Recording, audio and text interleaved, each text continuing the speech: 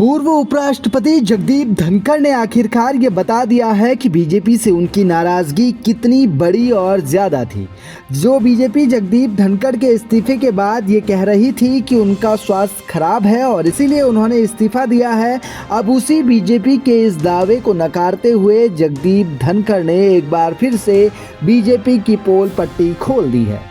जगदीप धनखड़ ने अपने इस्तीफे के 41 दिन बाद ही सरकारी बंगलो छोड़ दिया है और अब वो दिल्ली के छतरपुर में इनेलो के अध्यक्ष अभय चौटाला के फार्म हाउस में शिफ्ट हो गए हैं। बताया जा रहा है कि अभय चौटाला ने ही उन्हें इस फार्म हाउस में शिफ्ट होने की रिक्वेस्ट की थी। वहीं इससे पहले जब जगदीप धनखड़ ने उपराष्ट्रपति के पद से इस्तीफा दिया था तो इसी दौरान विपक्ष ने इसे बीजेपी के खिलाफ एक बड़ा कदम उपराष्ट्रपति जगदीप धनखड़ का बताया था। लेकिन इसके बाद बीजेपी ने कहा कि जगदीप धनखड़ ने स्वास्थ्य कारणों से इस्तीफा दिया है, बाकी वो बीजेपी से नाराज नहीं है, जिस पर विपक्ष लंबे समय तक बीजेपी को घेरता रहा। इसी बीच जब जगदीप धनखड़ अपने इस्तीफे के काफ़ी दिनों बाद तक नहीं दिखाई दिए तो विपक्ष ने आरोप लगाए कि बीजेपी ने उन्हें हाउस अरेस्ट कर रखा है,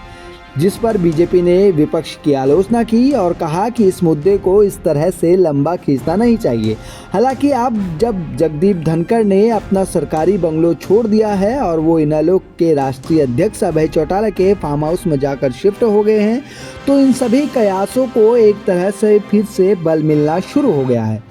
इससे ये भी साफ हो गया है कि जगदीप धनखड़ बीजेपी से नाराज़ हैं और इतने नाराज़ हैं कि अब वो बीजेपी के किसी नेता से बात तक नहीं करना चाहते।